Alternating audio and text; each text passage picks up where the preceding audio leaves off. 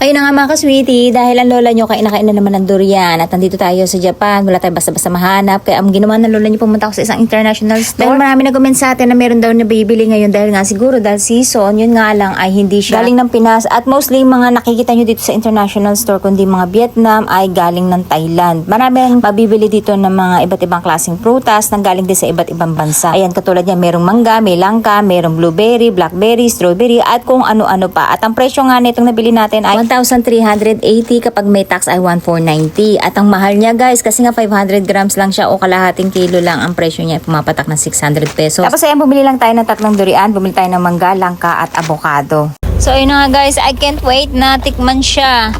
Pero papatikim natin sana siya kala Ate Aska. Kaya lang kasi hindi tayo nakabili kahapon. Sana pala napaaga yung pagbili ko para napatikman natin kila Ate at kila Ate Aska, no? So nakauwi na si ate nyo. Ganito lang kalaki yan guys. 500 grams lang siya. So meaning kalahating kilo lang yung laman niya. Marami-rami na rin. Okay na din siya kaysa magbabalat pa tayo.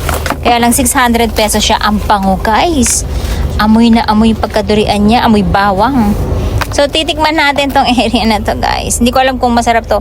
Kasi ang pangalan daw niya ay Montong. Montong ba? Tama ba?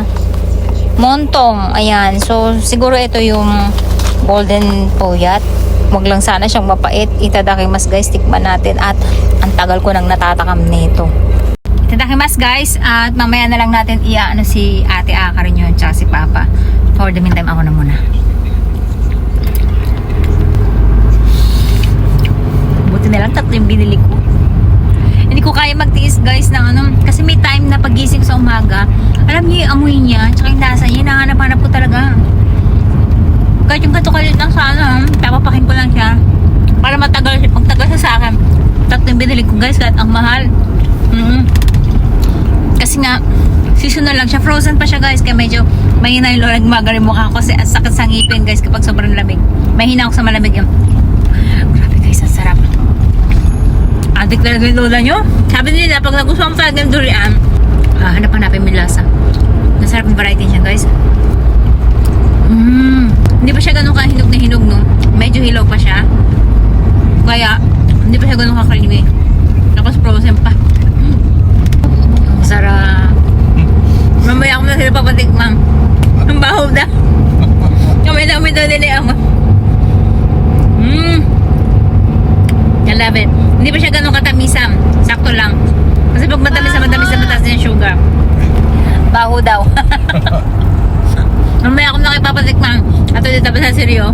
Then gusto ko rin gumawa guys ng ice cream na papatikman ko din sa kanila. Pwede rin tayong gumawa ng cake. Kaya 3 binili ko kasi gusto ko gumawa ng iba't ibang klaseng recipe na hindi natin siya papakain ng puro-puro ganito. Yung aroma lang ng durian.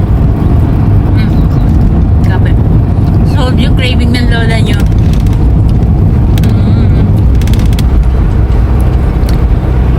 Sarap talaga. From Thai siya guys, hindi siya from Philippines. Sulit na yung ganito guys. Huwag lang sana malaking puto niya. Kasi pag malaki yung puto niya, doon tayo lugi.